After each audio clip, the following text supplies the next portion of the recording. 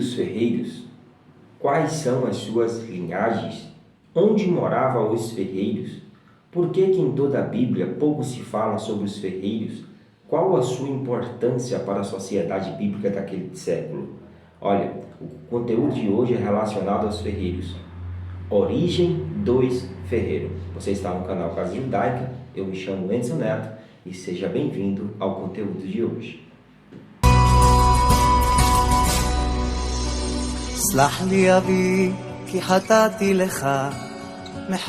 Bem, gente, como já foi antecipado, o título de hoje é A Origem dos Ferreiros, ou dos Ferreiros. Os ferreiros em toda a Bíblia estão presentes, principalmente na construção do templo. Você vai ver que foram eles quem participaram em fazer os ornamentos do templo, como arca, mesa do propiciatório e tantas outras coisas. Eles têm um papel fundamental em todas as escrituras. Os ferreiros, a sua origem bíblica se dá em Gênesis capítulo 4, e versículo 15. Você vai ver que quando Caim matou Abel e fugiu ou saiu foragido para uma terra, uma cidade, chegando lá ele coabitou com a sua esposa e gerou a um filho. Ele pôs o nome de Enoque. Enoque, por sua vez, também gerou e teve um filho, e ele colocou o nome de Irade. Irade, por sua vez, também gerou. Ele pôs o nome de um filho chamado Meuzael.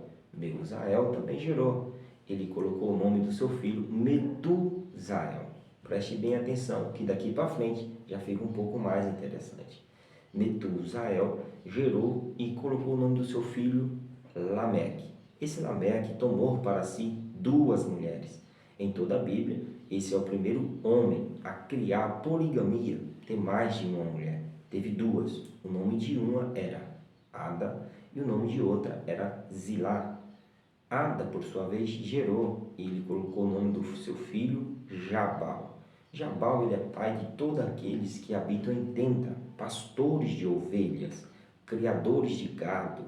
Jabal, filho de Ada, foi o homem que teve na Bíblia a origem dos pastores de ovelhas.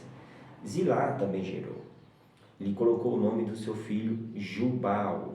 Jubal é pai de todos aqueles que tocam instrumentos de sopro como flauta e outros instrumentos. Então, a origem daqueles que tocam instrumentos surgiu de Jubal, filho de Zilá, que era a esposa de Lameque. Também Jubal gerou. Ele colocou o nome do seu filho Tubal-Caim. Tubal-Caim, ele é pai de todos aqueles que trabalham com ferro. São os ferreiros que trabalhavam com esses instrumentos de metais. Então, daqui se dá a origem dos ferreiros na Bíblia. Se dá através da genealogia histórica de Caim. A genealogia histórica de Caim são genealogia de construtores e de criadores. Se você observar, quando nasce Enoque, vai dizer que o próprio Caim ali, juntamente com seus familiares, fundaram ou criaram uma cidade. Então, a genealogia de Caim são genealogia de construtores, pessoas que construíam, que faziam.